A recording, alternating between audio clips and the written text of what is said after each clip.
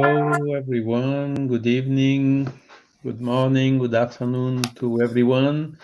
I'm here operating the software as in the best way I can. I did not manage yet to put the logotypes, but no problem. Our friend Stevan is a little at the train with a little bit delay, but he should come from 1 minute to the other. Then will join us as soon as possible. So very happy to be here again with all of you, and happy to be also here with our sister Silvia from London. Hello, Silvia. How are you? Hello, good evening, everyone. Good afternoon, wherever we are. And apologies for we began just a little bit late. As Charles said, we're waiting for Stevan to come. And welcome. Today we're going to talk about something that should be interesting for all of us. Another very important subject within the Spiritist understanding. And welcome, and let's have a very nice meeting. Nice to be with you again. Boa tarde a todos, bom dia. É um prazer estar com vocês novamente, falando sobre um assunto bem interessante na perspectiva espírita. E sejam bem-vindos e que Deus nos abençoe a todos. Yes, bonsoir à tous. Très heureux d'être parmi vous aussi ce soir. Donc, on va parler, c'est la semaine du couronnement du roi Charles en Angleterre, hein, n'est-ce pas? Donc, on va aborder un petit peu le sujet de façon douce sur le point de vue spirit, sur ce genre de choses, au niveau de la royauté terrestre, la royauté dans le ciel. Hello. So this week was the week of the where the King Charles III has been crowned. Crowned. And so we will take advantage to touch a little bit about this type of subject seen from the Spiritist body of knowledge. So very happy to be here again with all of you. We don't have a video. Let's see if when Stevan comes, he has a video prepared for showing you. In the meantime, I think we will start the conversation about the subject. So let's start, ladies first, as usual, by our sister Silvia. So Silvia, how can we consider the riches and the earthly regalities in the point of view of the Spiritist body of knowledge? Wow. This seems such a big thing. I think it's one of the things that attracts me to Spiritism and makes me more and more want to know more and study more and learn more and try to guide my life through the principles is how objective and how clear everything is given to us through the Spirit's book and to all the literature that we have. Riches, it's a very important thing because sometimes in Spiritism we understand that riches is not a problem. Being a rich person, having a lot of wealth is not a problem.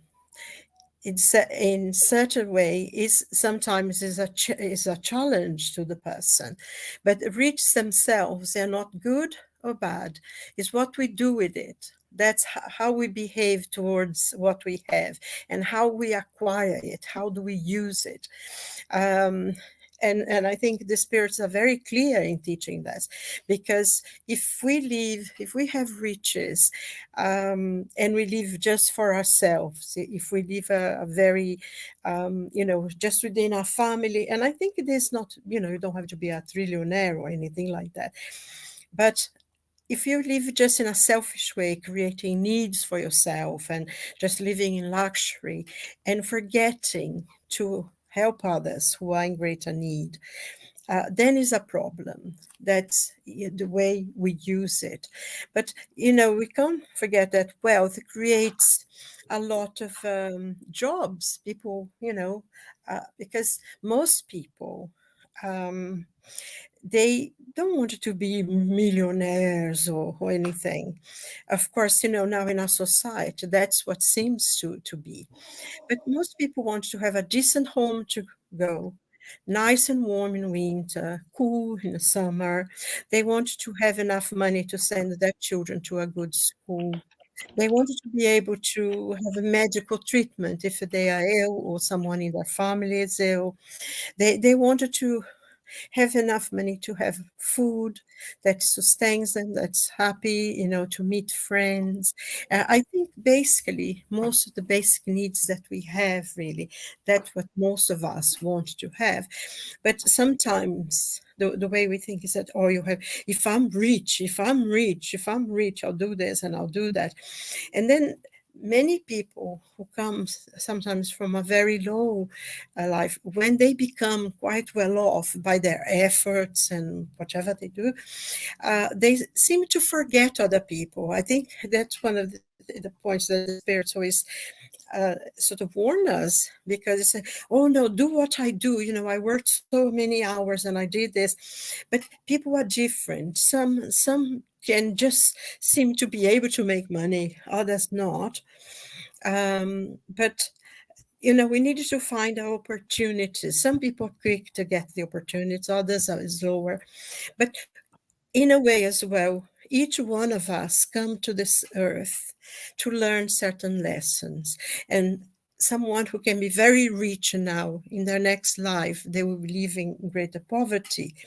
And of course, their lives will be in accordance to what, if they only use their wealth for their own pleasure, they will have a life of poverty that will be very hard for them, because that's one of the things. We have lessons to learn all the time, and we receive in accordance with what we give. But also, just having the money doesn't mean that we are bad people, because a lot of people who have money, they are able to help others, they are able to do lots of things. And so I think basically that's what most of us, the riches, the wealth is not the problem, it's the way we behave towards it. Sometimes we live a life always trying to get money, always trying to get more. I remember there was a program on the telly some time ago. I didn't really want, just pick pieces here and there. But they were in a house of this millionaire person. They're saying, this expression that they have a healing to see how the other half lives. And they went to this home of this man. It was a huge house, I think like 50 rooms or something. And they had 5 swimming pools. 5 swimming pools. They had Italian gardens, and it's not too far away actually from where I live, this place. Just down the road here as well, a couple of minutes away. And they had a swimming pool, these beautiful gardens. And then they were interviewing the man, the owner, and said, did you ever go to the garden? Because actually, when he was, they were there, his room sort of a bit darkish, the curtains a bit drawn. I said, do you ever go to the gardens? Do you go to the swimming pools, indoor swimming pool, outside swimming pool, the other swimming pool, 5 swimming pools in England seems a bit. And he said, oh no, I never have time. I never have time to walk in the gardens, and I never have time to go to swimming. And then he said, oh, really? He said, no, I'm very busy. I'm working all the time. And I thought, oh my God, I've never seen anyone so poor, because he has money to not only to live very well, but also to allow a lot of people to help. Maybe, and he doesn't have the time to enjoy even a walk in a garden because he's very busy working, never go swimming in 5 swimming pools in the house. And I think that's I think is kind of light, that when you understand what the spirits are saying, it's someone who has all the wealth at the reach of their hands, but they live a life of poverty because morally, intentionally, they are very poor. They work so much to make more money, which they are not going to carry with them once we go into the spiritual world. But it could be giving so much pleasure. Imagine, if you said to some schools around the place, you can come and teach the children to swim in one of the swimming pools. He would be making a lot of people happy. So we can have wealth, we can have riches. And if we share the load, if we help those who have less, then it's a very good thing. And most importantly, I think, to be able to give people the opportunity of having a job, because no one wants to be given things, really. I'm not saying that 100% of us, but I think 99% of us, we don't want to be given things because we are poor, because we want to have a decent job that we go out to do it. And we can come out of when at the end of the day, we can have a sense of pride in ourselves that we had a useful day, that we had a use, and our life is useful, because I think that's the most important thing. And just very quickly as well, just to emphasize the point, I remember once reading about this lady who went to visit Chico Xavier in his house, and she had a very expensive car, private chauffeur, and all that. And he said to someone just arrived, there's a lady who just arrived, bring her here. And house of Chico Xavier, outside there was always hundreds of people, queues of people who would stay there 2-3 days, and it was quite difficult to get in to see him. I was lucky enough too, but and then everyone was outside saying, oh, you see, he sees her because she's a rich person, we are here, he doesn't see us.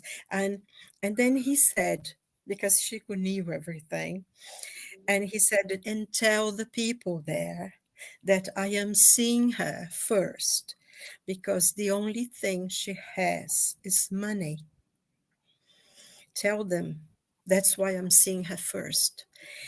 And, sometimes for people to understand this is very difficult. But if the only thing you have is money, you have nothing, absolutely nothing.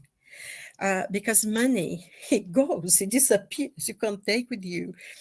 And I think that's the balance as well, I think, that we need to understand, to have, to live, to be able to share, and to be allowed to, if we have enough, to allow people to have a job, to have something that they feel useful. So, I mean, I talk a lot around, but I hope I made a little bit of the point about what the spirits teach us. Yes, Silvia, thanks a lot for this overview, which was quite comprehensive. Huh? What can I add towards this? The first thing is, if we are the point of view, the most important, as we usually are telling during these lives, is what is the point of view we have? Do we have an earthly point of view with some blinds looking only to the earthly things and ignoring completely the spiritual point of view? Or do we have this wide universal point of view of the earthly temporary mission in order to reach the goal, main goal, which is the evolution of the spirit of our soul? Huh? And when we stay with the blinds in a materialistic point of view, of course, there is nothing after. So we will really. This is the very an excitement of the selfishness, of the pride, and in order to make use as much as possible of the earthly good whilst we are alive, because when we are not alive anymore, everything is stopping. But this is, of course, not the case, because the reality is the opposite. It's a spiritual paradigm. And that is then what is interesting is to know, okay, first, do we take something from the earth with us when we die? No. All of us will die, whether rich or poor. We will all die one day, sooner or later. Better later than sooner, or depending on the point of view. But one day we will die. And the day we will die, I think I told it already several times during these spiritual light emissions, we don't take any earthly good with us. Okay, so all the money we had, house, swimming pool, Italian garden, as you told Silvia, nothing of this we take with us. The Like only thing even we our take, bodies, isn't it, Charles? not even Not our even our physical body. bodies. It's also staying here, being recycled by the nature. And what we take with us is our soul, of course, our conscience, whether it is good or not, and our knowledge. In other terms, our level of evolution. This is what we are taking with us. So we can see on Earth there is a inequality of how to say.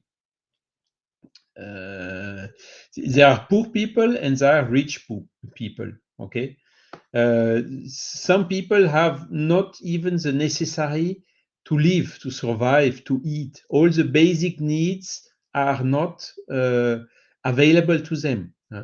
And on the other side, you have some others which have million times more than what is strictly necessary to live.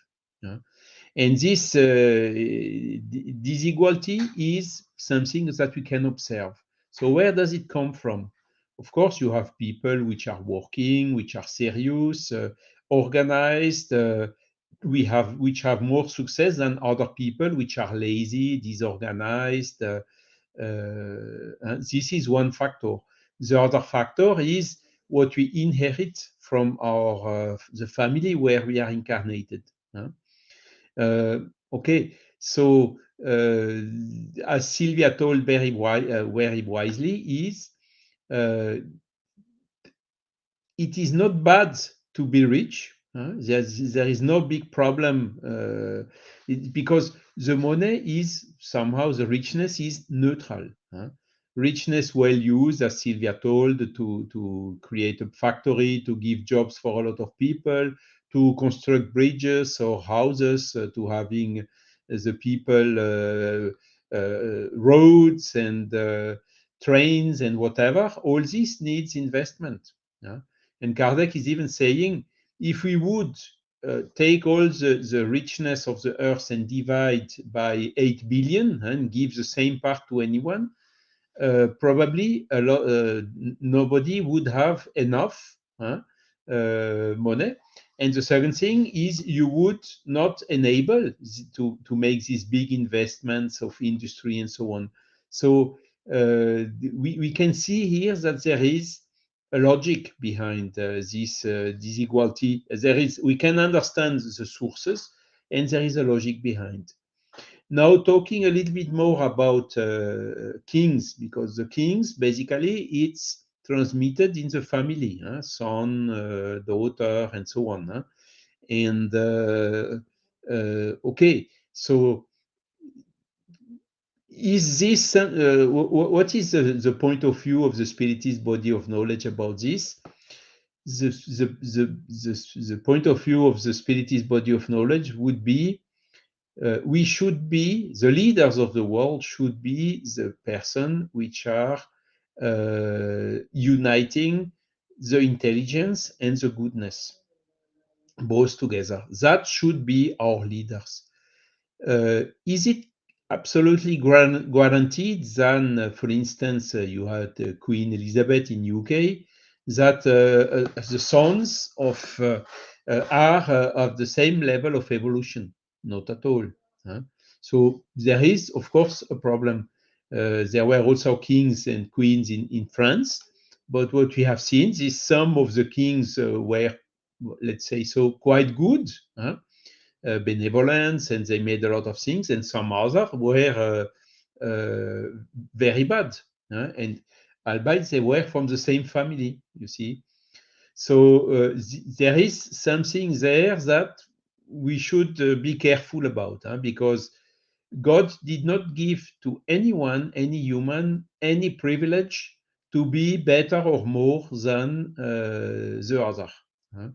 The level of evolution, intellectually and morally speaking, is something that we conquer by our own work, uh, by our own efforts of learning and so on. So this should be really the criteria rather than just natural filiation, which does not guarantee this at all, as we can see it everywhere. But okay, I don't want also to criticize. Of course, in France, we cut the neck of the last kings and queens. And it was also a violent action, which is not fair. In UK and several other countries in Europe, there are still kings and queens. And we must admit that there is a kind of popularity, there is a kind of natural authority which is existing. And of course, everything is not perfect, as we can expect. But when we look, Elizabeth, for instance, made a lot of very good things, and Victoria as well before, and Charles. So let's see now what he will do. What has also to be said is when we are in such a position where we have the authority as a king or a queen or even a person which is rich, we have also huge responsibility. What did we do? We had a lot, thousands, millions of people listening to us, influenced by us. So did we influence them in the right way, or did we influence them in the wrong way? Did we give the good example, as Jesus did, for instance, or sometimes did we also give bad example? Are we, for instance, giving the example of humility, or are we giving the example of excessive pride? And that is where really the mission for the richness or having or being a king or a queen is the most challenging, I would say, because when we have the power and when we have the money, when we are never satisfied with what we have, and when we abuse of the money or of the authority, when we, how to say, uh, employ it in a lot of things which are totally superfluous, and forgetting all the people which lack of the necessity of the necessary, there that will speak very loud in our conscience the day we will go back to the spiritual world. And there is a good example in the Gospel according to Spiritism, section 2. There is communications that Kardec inserted, which was given by a queen of France. And it is quite interesting to see her point of view once arrived in the spiritual world. So, Silvia, I don't know what you think. Maybe we could develop or read or give some excerpts of this communication. Yeah, yes, we do have this communication from a Queen of France. I don't know why, but I thought it was It is Marie not Antoinette. she's not identified, but No, okay. I don't know, but I thought it was Marie Antoinette. But you know, in this, she says that when she went to the spiritual world, you know, she was a queen and she thought she would be received as a queen.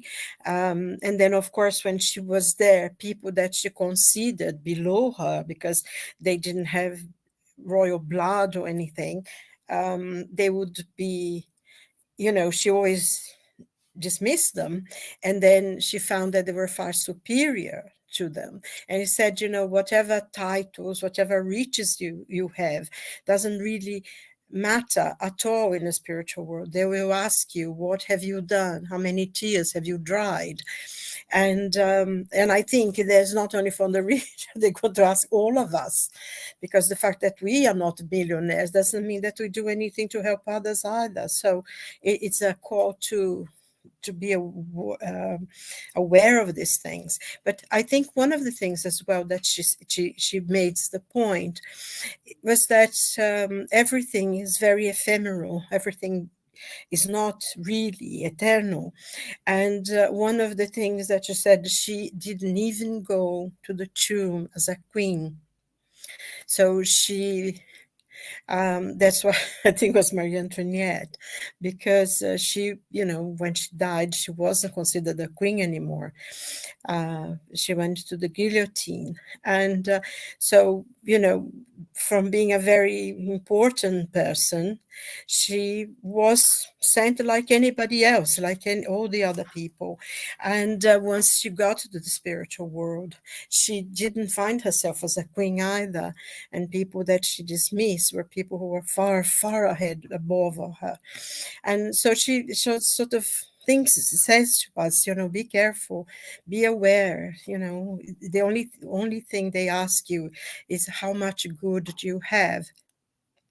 And this always reminds me as well of André Luiz in his book No Solar. He's making a comment that once we go to the spiritual world, we leave our physical bodies and we reach there, we face the mirror of our own conscience. And I always remember that he makes a point that this is very, very hard.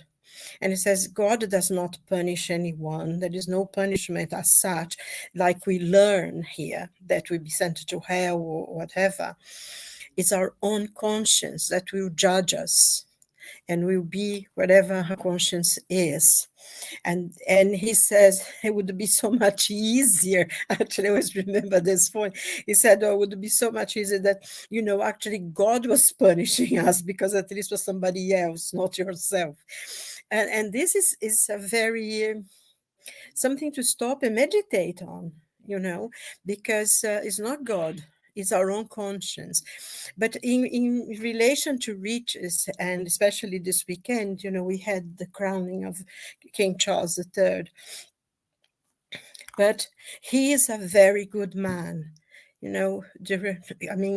He very early on in his life, he started the Prince's Trust, which is an organization that helps people who are underprivileged, especially young people, help them to go to school, or if they have ideas for business, they give them money.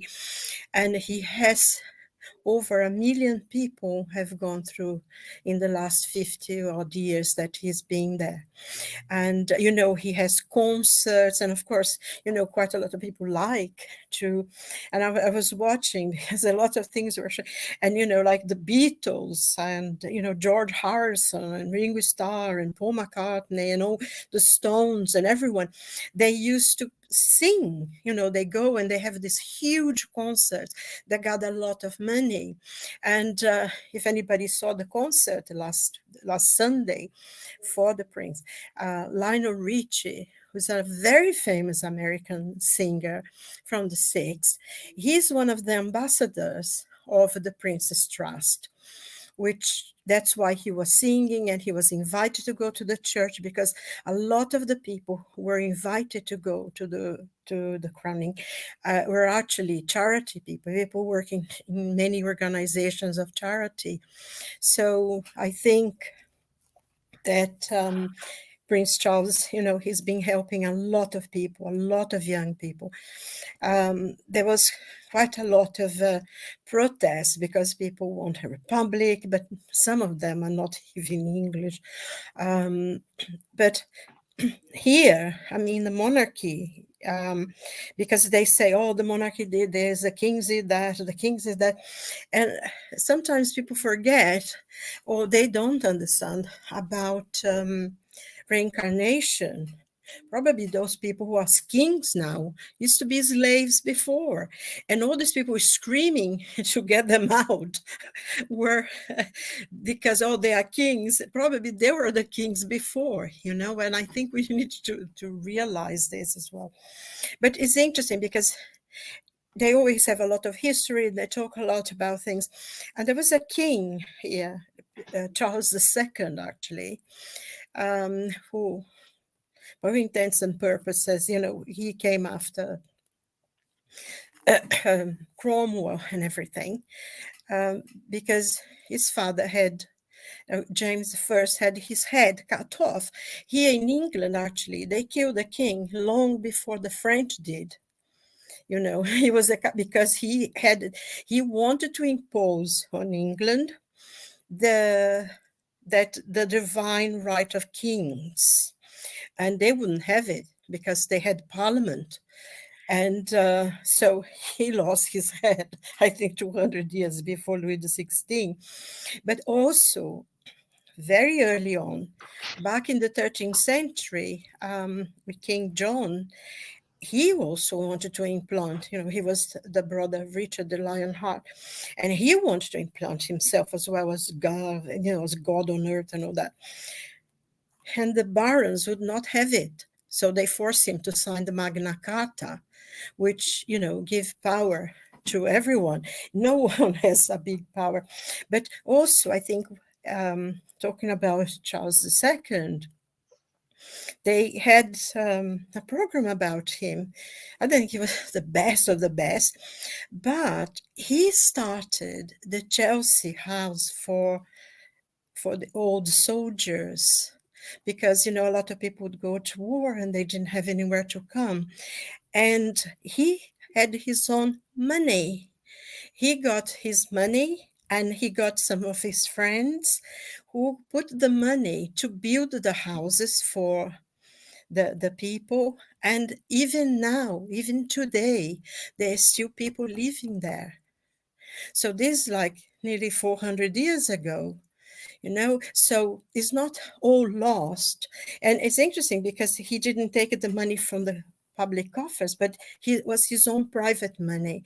And I think also, like Prince Charles now, well, King Charles, he, as Duke of Cornwall, he had jobs for hundreds and hundreds of people, food and everything. So, I think we needed to see the other side. One thing, personally, I feel that every week, the prime minister of this country has to go and talk to the king, the queen before, and now the king, he will start, to pay accounts of what he's been doing, what the government of the day has been doing. Every Thursday he goes there. And in many places where they have republics, there is no one to account for what the government is doing. And I mean, I'm not even going to talk about Brazil, because that's a sui generis place. But I think we needed to see other things, the question of the person is the king. And some of these countries where have monarchies here in Europe are very good to live. If you think about Norway and Holland and Sweden, because they have some accountability for the governments of those countries. So I think this is all part of these people, like us, will have to give an account of what they've done. And the fact that they are in a position higher, in this life, higher than we are, who knows how many times we've been in their position and haven't done anything. Because I think there is one point, very quickly, that I'm going to conclude, is no matter how much money you have, how much power you have, when your moment comes to go back to the spiritual world, you will go to the spiritual world. There is a very famous person who has lots of money. His wife got cancer and she died. And he had all the money in the world to have all the treatment in the world. So when our moment comes and all the money is left here, like we were saying before, Charles, even our body doesn't belong to us. So I think we have to see the positions as well and say, if I were in the position of that person, what would I do? And I think we should pray for them, because we don't, like you said, Charles, with power comes a great responsibility. They will have much more to account for than we do, maybe when we go back, because they had a lot more. So I don't know. That's a point. Sorry about the less history lesson. No, it's very, very interesting really to follow, huh? And so it brings, how to say, the spiritualist vision helps, of course, huh? The people who have richness or who have this position, encourage them to make good things, like Silvia just explained about Prince Charles, that he made so far. And because the people there were several cases, even with Jesus, when he with Zacchaeus, Yeah. in Yes, he went English. into the house of Zacchaeus. Zacchaeus, Zacchaeus. Yes, exactly. he So went he to was his house. on the tree because he was small, and he told, "Hey, Zacchaeus, come down because I have to invite myself in your house." And that gave a lot of comments, because the people, they hated the guy who was perceiving the taxes, Yeah. There's and a who tax was rich, collector now. collection of taxes. And there was a lot of comments with Jesus, but then Jesus gave the example, because this Zacchaeus was a good man.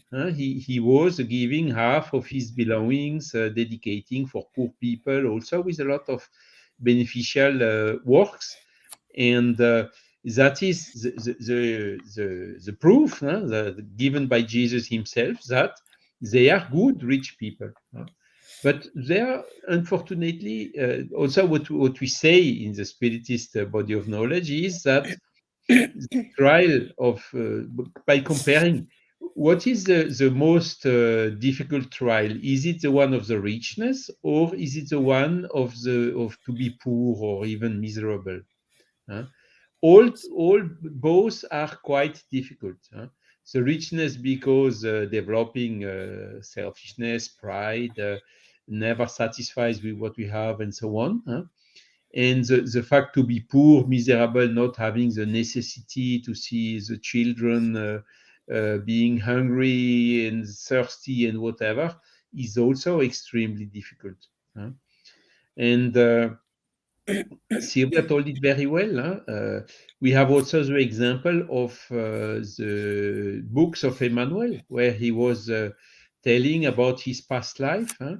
2,000 years ago, he was a senator, in Rome, or in Roman senator in Palestine.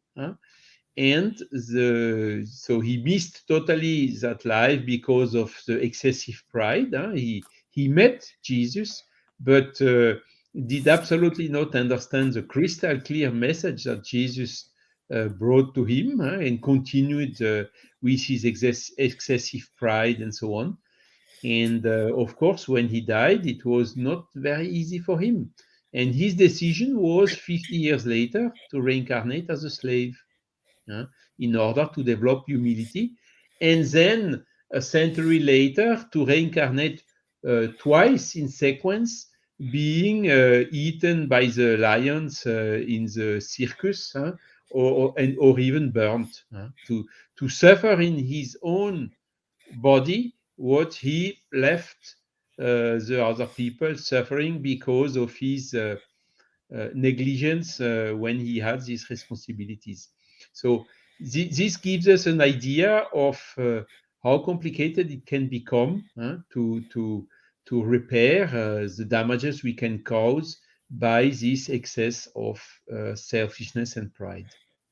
And voilà, that's it. But of course, there are good examples. Yes, but thinking about when Jesus said it's easier for a camel to go through the eye of the needle Yes. than to a rich man to enter the kingdom of God, is because there is more temptation to be. But I don't know if it's me. I think that people who are born rich, who have really lots of money, always had, they seem to be more reachable than people who are poor and got rich for some reason.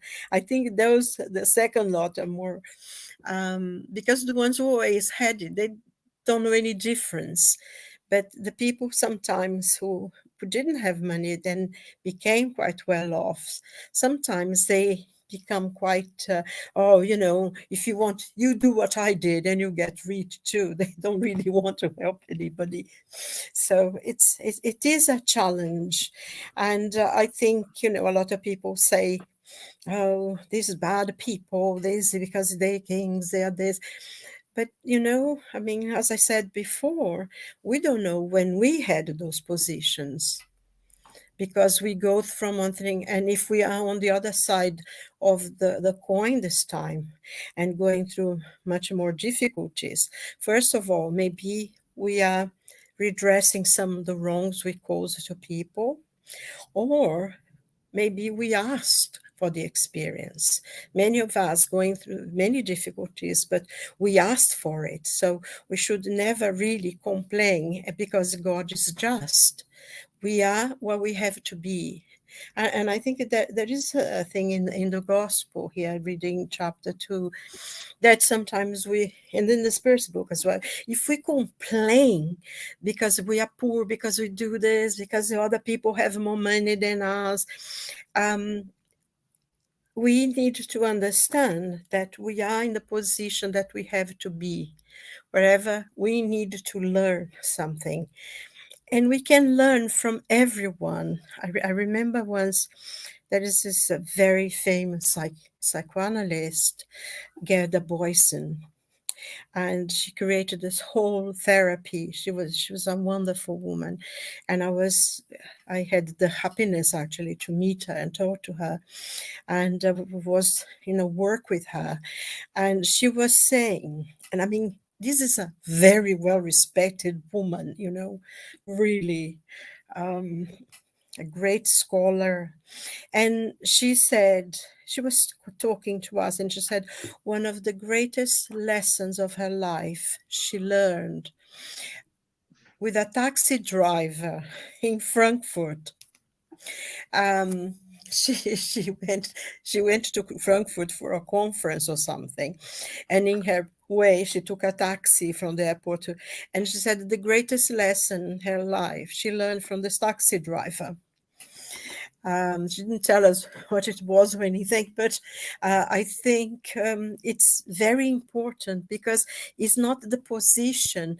That taxi driver might have been a great scholar in the past, but what we have in learning of life that we pass, maybe you say something to someone, that's what really marks us and change our lives. And when we see someone as respected, a scholar, a very important psychoanalyst who create a completely new way of therapy and everything, saying that she learned the greatest lesson of her life from a taxi driver, it really makes you stop and think, because everyone, irrelevant of whoever they are, they have something to teach us. They know something that we don't. And I think this is part of this learning, it's part of the riches that we have, because those learnings we take with us. The learning of life, we take with us. So nice to see you, Stevan. Hello, sorry, I'm early for next week meeting. Yeah. Welcome, Stevan. Welcome. Thank you. Sorry, my train was late, unfortunately. But So here you are. I don't know if you did prepare a video to show also today or not. no, I don't. I cannot put a video from this laptop here. Okay, no problem. Yeah. So Yeah, so we covered already quite thoroughly the subject. Giving the example of this queen in the Gospel according to Spiritism. And by the way, there is another example in the Spiritist codification, which is in the Heaven and Hell. There is the communication of the Queen of Oud. It's an Indian province somewhere, and she came and to UK to ask for some help to the king. And when she was in Paris, she suddenly died. And Kardec saw this event as an opportunity to try to evoke, to call her spirit and to question her. And she was really, how to say, upset because Kardec did not call her on the knees and, with all the honors of a queen.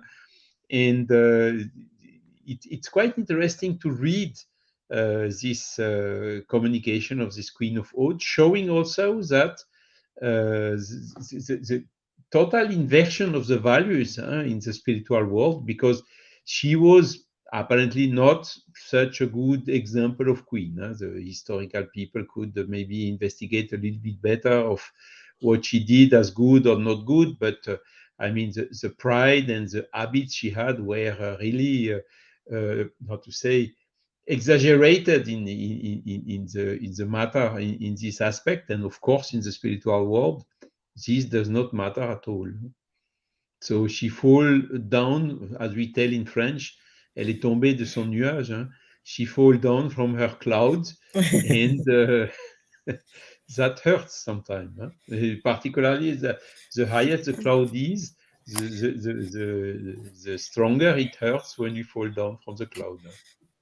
Yeah, but it's interesting that, talking about this queen, because I was just remembering the coronation on Saturday.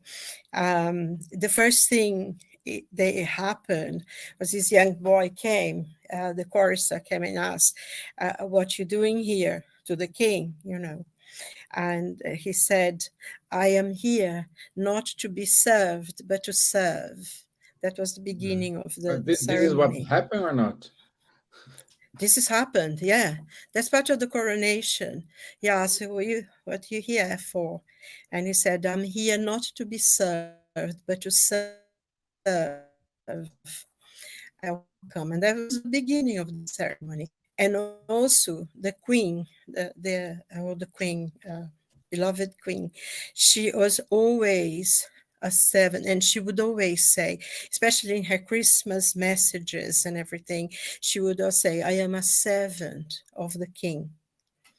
She saw herself as a servant of Jesus, that she was here to do his work, and her life was guided by her faith. And this is very important, because sometimes we have someone in that importance, and they are not to be served, but they are the ones who serve. And and she did, because everybody who's ever met her said she would always talk to them one-to-one. She never saw, oh, I'm very important. And I think sometimes we, in our pride, becomes a lot more regal than people who are, kings and things. And it just came to me as well, the story of the prodigal son. I think that's something that could be introduced here, because his father was a very rich man, and he said, I want my money now. And he said, but why? And he said, no, I want to go. I want to enjoy my life. And the father gives him all the money. And off he goes. And of course, as it happens, he had lots of friends. He enjoyed himself. He spent all the money, because, you always have a lot of friends when you're paying up for them and everything. But then he lost the money. He spent it all.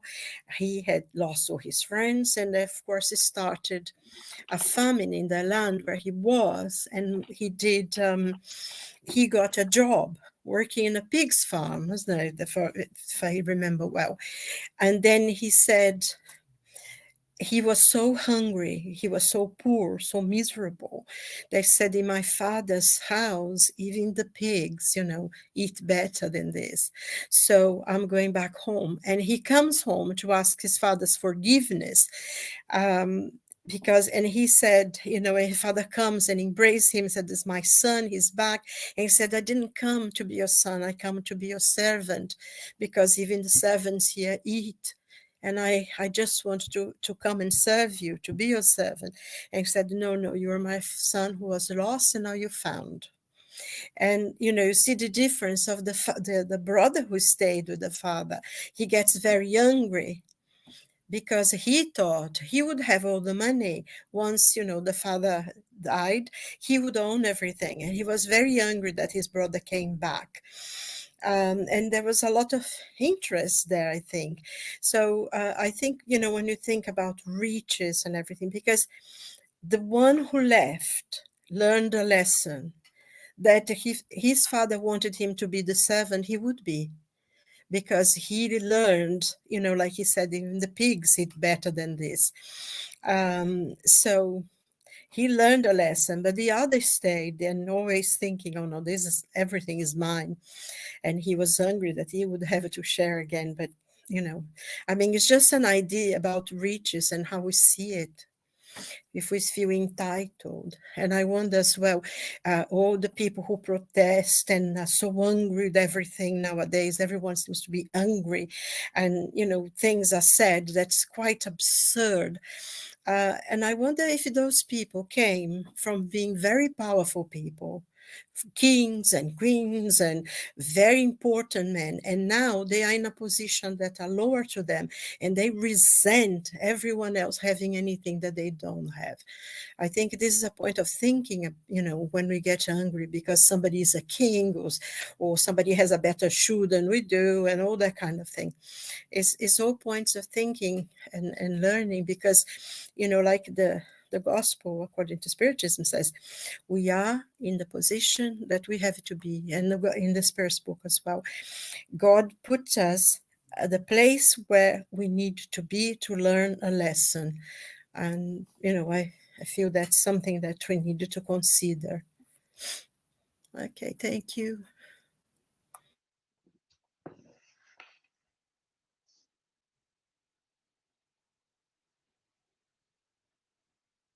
Yeah, Silvia, you're right.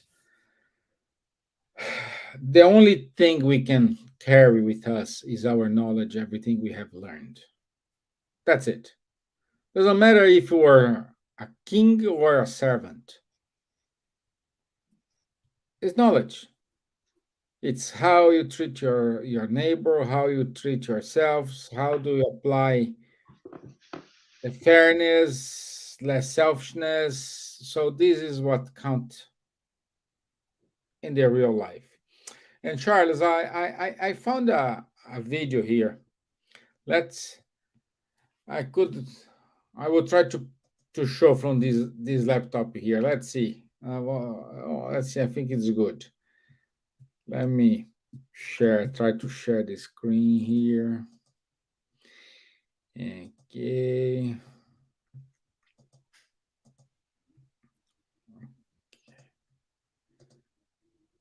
Okay.